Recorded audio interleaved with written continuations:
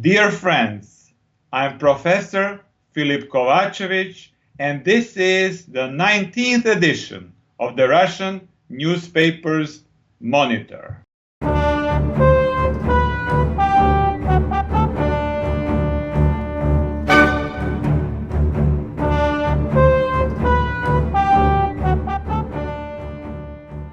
I hope you are doing well today. As you know, the Russian newspaper's Monitor is made possible by the viewers like you. Our membership drive is ongoing, and so please donate as much as you can and help us continue our quality programming. Just like every week, I've collected some interesting stories for you from the front pages of the Russian newspapers. So today, we will start with Nezavisimaya Gazeta, the middle-of-the-road newspaper, the edition for February 3rd, 2017. In the middle of the front page, there is an article entitled provocatively, "The Black Sea Becomes NATO Lake." A subtitle explains that the incident with the Ukrainian military plane AN-26 above the Russian gas platforms is apparently related to the ongoing joint military exercises of NATO and Ukraine.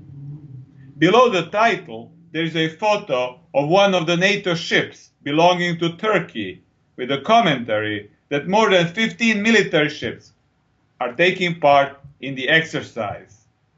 The article reports that the NATO military exercise Sea Shield 2017, which is taking place in the eastern part of the Black Sea, began with an incident.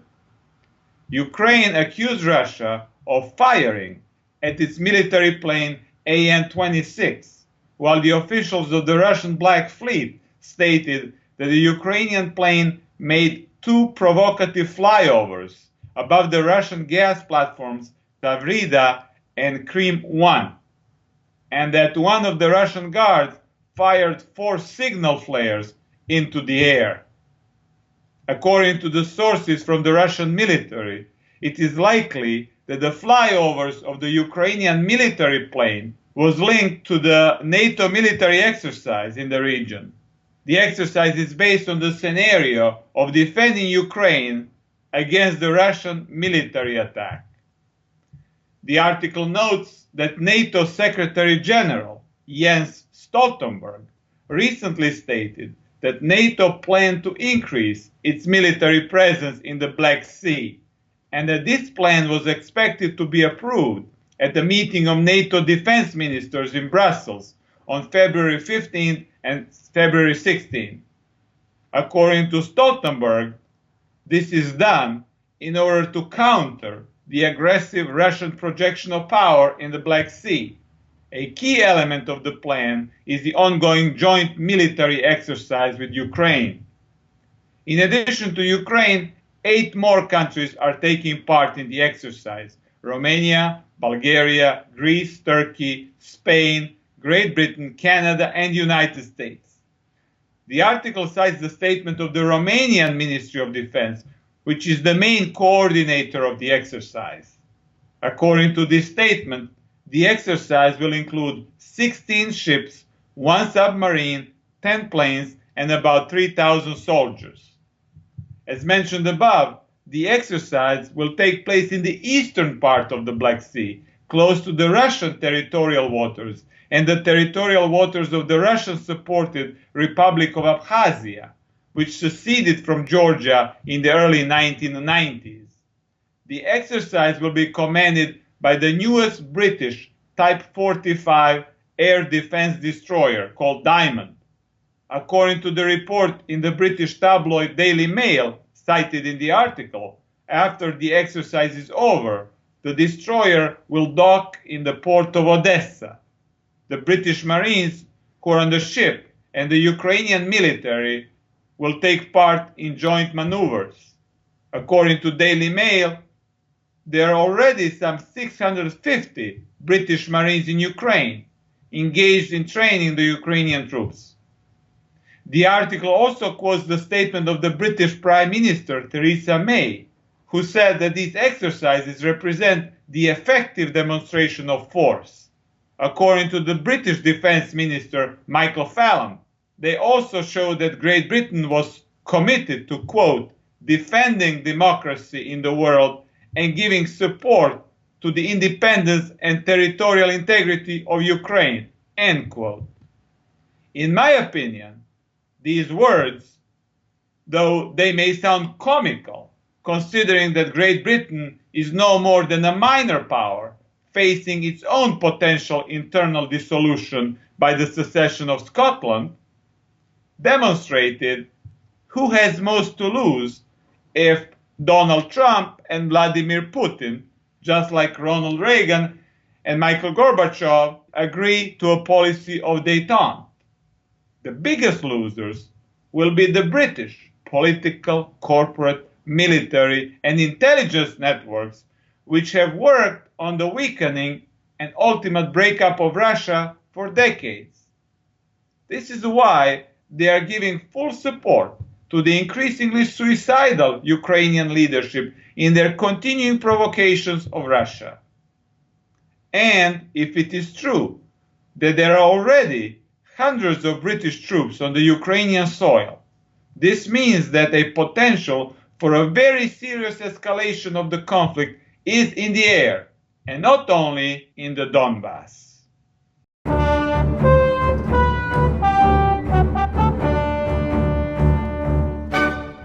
Now, let's take a look at Izvestia, a moderate pro-government newspaper, the edition for February 6, 2017. At the bottom of the front page, there is an article entitled The Conservative Renaissance of Donald Trump. The subtitle explains that Trump has thrown a challenge to the liberal elites. There is also a photo of Trump in front of the White House with a commentary that his victory led to acrimonious debates between the advocates of conservative and liberal values in the United States. According to the article, the American society is divided. With the victory of Donald Trump, the conservative and Christian values are undergoing their renaissance. The article claims that Trump declared a veritable war on liberal and even libertarian elites. The article reports that Trump began his presidency with the offensive on all fronts, not only in the sphere of foreign policy, but also in the sphere of domestic social policies. It was not accidental that one of the first actions of Trump's White House was to remove the section on LGBT rights from the official website, which led to the wave of protests by minority groups.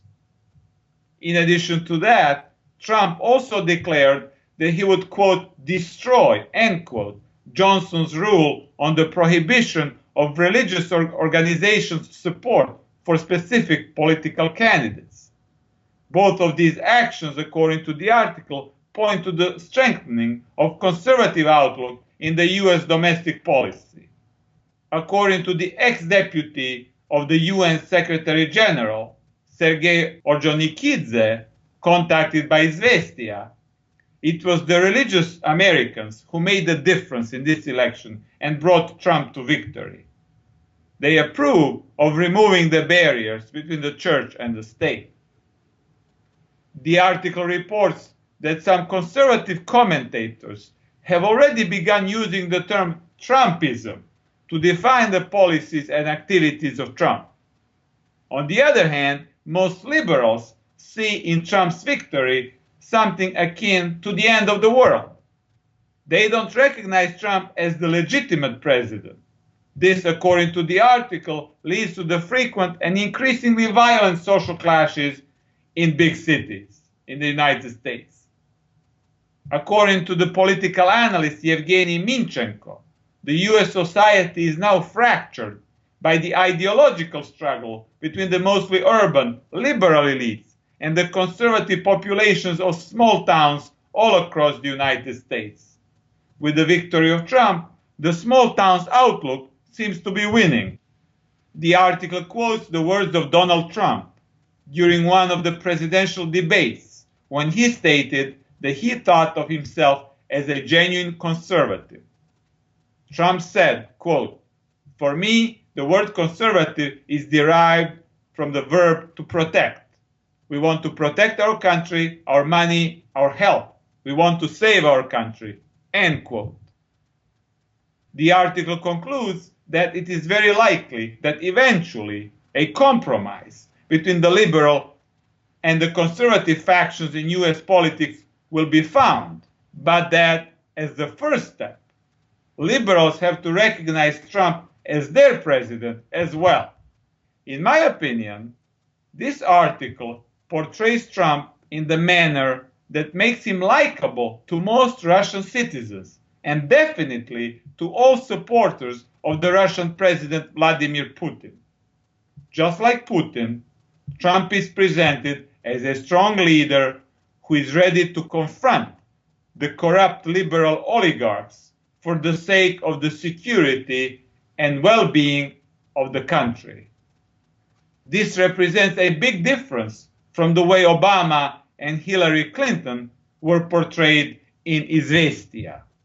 It also makes clear that the so-called bromance between Trump and Putin is still going strong, at least as far as the Kremlin is concerned. Who knows? It might be just like the last scene in the famous Humphrey Bogart movie Casablanca. Louis, I think this is the beginning of a beautiful friendship.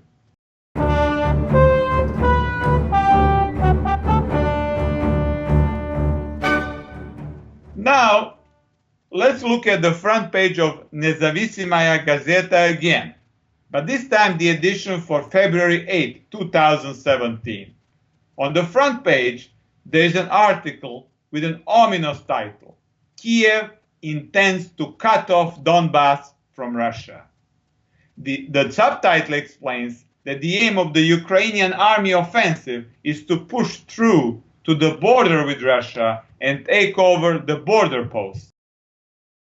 Below the subtitle, there is a photo of a Ukrainian tank in the town of Avdiivka, with a commentary that the tanks are being sent to strengthen the army positions in the region of Mariupol. The article reports that the Ukrainian government appears to be set to begin a massive offensive and attacks on the self-proclaimed Donetsk and Lugansk People's Republics. According to the reports from the region, there is an extensive mobilization and transfer of Ukrainian troops and weapons to the war zone. These reports state that at least 9 regular artillery divisions and 6 rocket divisions have been transferred to the zone of conflict with the forces of the self-proclaimed republics. The combined armored potential of these divisions is at least 200 heavy artillery pieces and close to 40 rocket systems, such as Grad and Uragan. In addition, according to local reports cited by the article, the Kiev government has sent to the region at least 16 trains with about 40 cars each, filled with artillery ammunition and other supplies. According to the retired general Yuri Netkachov, a well-known army commander during the Soviet period, this amount of weapons and ammunition would be enough to try to make an offensive penetration into the territory of the self-proclaimed Donetsk People's Republic, about 15 to 25 kilometers long, and take over the border region with Russia. Netkachov argues that this plan is further confirmed by the fact that the Ukrainian army has relocated 4 battalions of soldiers to the north of Mariupol. He thinks that the Poroshenko government will repeat what it tried to do unsuccessfully in the summer of 2014. They will attack from 2 directions, from the region of Mariupol in the south and the region of Kharkov in the north. The ultimate aim will be to seize the border posts with Russia and completely cut off the self-proclaimed republics. The representatives of the Donetsk and Lugansk People's Republics have confirmed the massive increase of the Ukrainian army and police presence along the lines of confrontation. There are even reports of the transfer of 28 makeshift bridges to the Lugansk region, likely to be used for rapid river crossing. According to Netkachov, the Ukrainian invasion, if it starts, has to begin very soon, while the soil is still frozen. This is so because the entire area is full of swamps, which makes it impassable during the warmer months of the year. Obviously, the Russian President Vladimir Putin is well aware of this, and that is why he ordered an urgent readiness check of the Russian Air Force. In my opinion, the invasion could be the last desperate attempt of the Kiev government and its fanatical NATO sponsors to entangle Russia in a massive war in Ukraine and make impossible the emerging Trump-Putin détente. This attempt would be suicidal for the Ukrainian President Poroshenko and the present Kiev government, and would lead to tremendous amount of destruction and human suffering.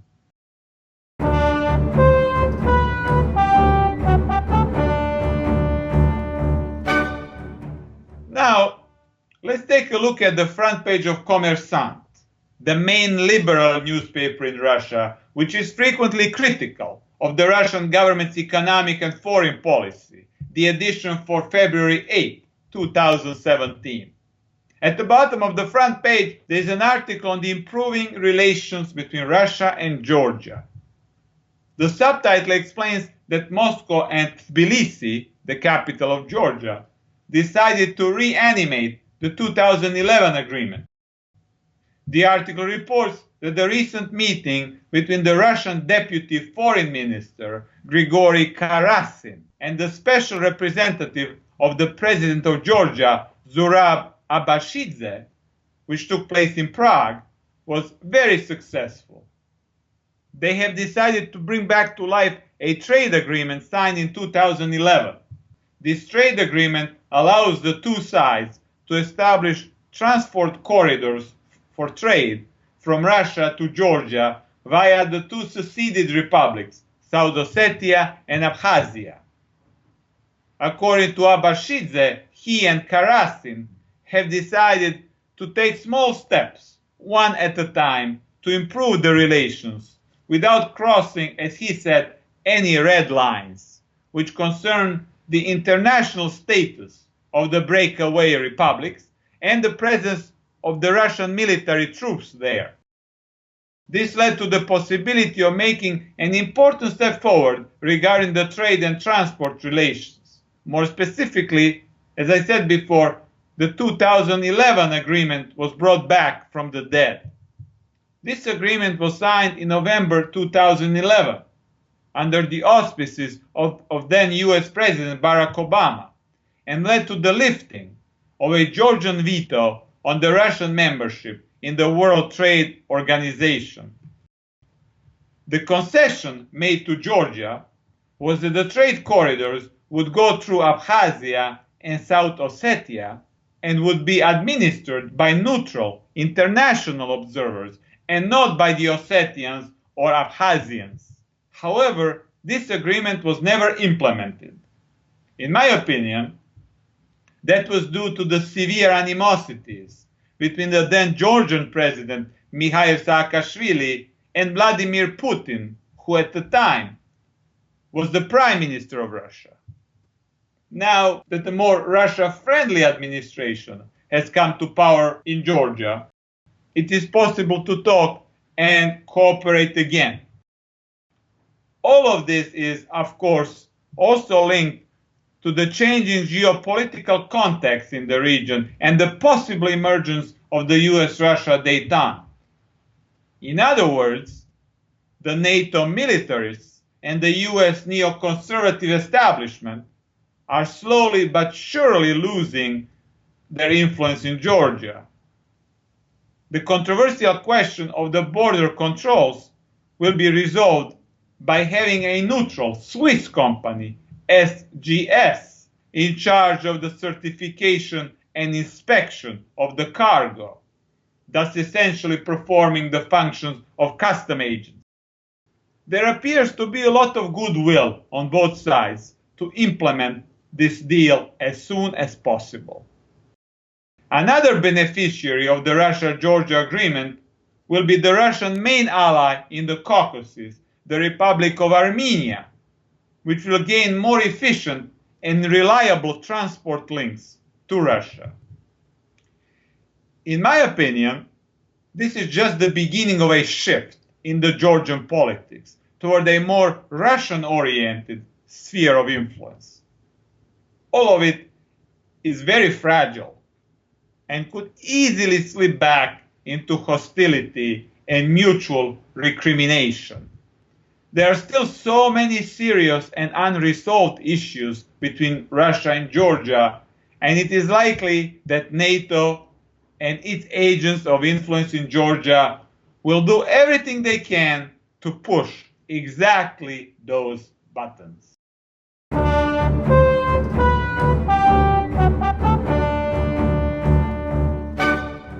Lastly today, let's take a look at the Russian semi-tabloid press, the newspaper Komsomolskaya Pravda, the edition for February 3rd, 2017.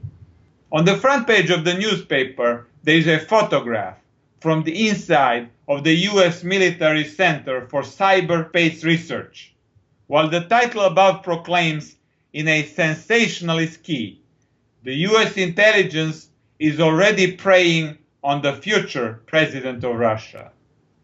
The subtitle explains hackers, cyber war, and total surveillance will find out what's true and what's a myth. The article continues on pages 6 and 7 of the newspaper. It is actually an interview with one of Russia's key experts on cybersecurity and digital technologies, Igor Ashmanov, who was previously the executive director of Rambler, a well-known Russian internet provider. The journalist of Komsomolskaya Pravda asked Ashmanov a whole series of questions dealing with the capacities of the US National Security Agency as well as the Russian cyberspace activities. According to Ashmanov, the Snowden revelations exposed the extent of the surveillance operated by the NSA and its intelligence allies in Europe. In other words, everything is listened to and recorded as the chunks of big data. Ashmanov said that whoever uses an iPhone or an iWatch is in danger of his or her personal information being passed on to the US intelligence. This information could later be used as an object of blackmail. In fact, Ashmanov believed that this had already been done on many occasions. For instance, in the case of the German Chancellor Angela Merkel. According to him, the NSA collects the personal data of many young people who could one day become influential, and then the compromising information, if any, could be used against them. He explicitly stated that no current or aspiring Russian politician should use any of the Apple products. Ashmanov also emphasized that there were no safe messenger programs, that all of them, even the ones advertised as completely encrypted, have some kind of a backdoor that allows access to government authorities. According to Ashmanov, the US has by far the biggest capacities in this respect because it has the most money and started being active in cyberspace before anybody else. Ashmanov claimed that the US intelligence agencies recruit hackers from all over the world, including some Russian hackers. Ashmanov stated that both the United States and Russia have the so-called cyber soldiers. But the grasp of the United States and its intelligence agencies has been much wider because they have access to all the users of Google and Facebook, whereas the Russians do not have global search engines and social media networks under their control. This leads Ashmanov to conclude that the whole narrative about, quote, evil Russian hackers, end quote, is an invented one for the political and geopolitical purposes of the US conservatives and NATO militarists. According to Ashmanov, it is an excuse for them to put even more pressure on Russia and attempt to isolate it in various ways. As we know, however, this attempt has failed. If the US spy networks with links to neoconservative politicians are so powerful, then how did somebody like Donald Trump get elected president? According to Ashmanov, this was due to their arrogance and hubris. In other words, they lived in the media and intelligence bubble of their own creation and forgot about the real reality out there. This was taken advantage of by Donald Trump, who knew how to say what many ordinary people wanted to hear. In my opinion, he received a lot of support from the less vocal and less publicly visible faction within the US intelligence community centered in the Pentagon and coordinated by the Defense Intelligence Agency. It is symptomatic that the DIA did not figure in any publicly released reports about the alleged Russian hacking. While it is true that it is in the interest of both Ashmanov and the Komsomolskaya Pravda to hide the true extent of the cyber capacities of the Russian state, I think that Ashmanov's account can be taken as credible. Russia is a sophisticated cyber war actor, but it still falls behind the United States in what it can really do. At the same time, however, considering that the US intelligence community has been fractured for many years and at times even infiltrated by the agents of the Kremlin, such as Aldrich Ames and Robert Hanssen, Russia may have a larger playing field for its cyber espionage activities than could be expected on first glance.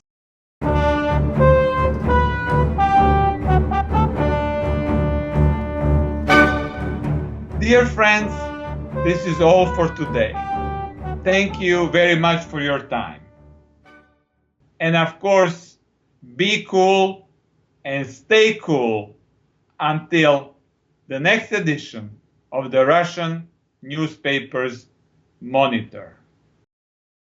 For just a small subscription fee, you can become a member of the Newsbud community and help keep this website running. Your subscription will provide you with full community access to exclusive content, including videos and articles from Newsbud's team of experts and analysts, as well as a members-only monthly newsletter from Newsbud's founder, Sibel Edmonds. Sign up today for full access at newsbud.com.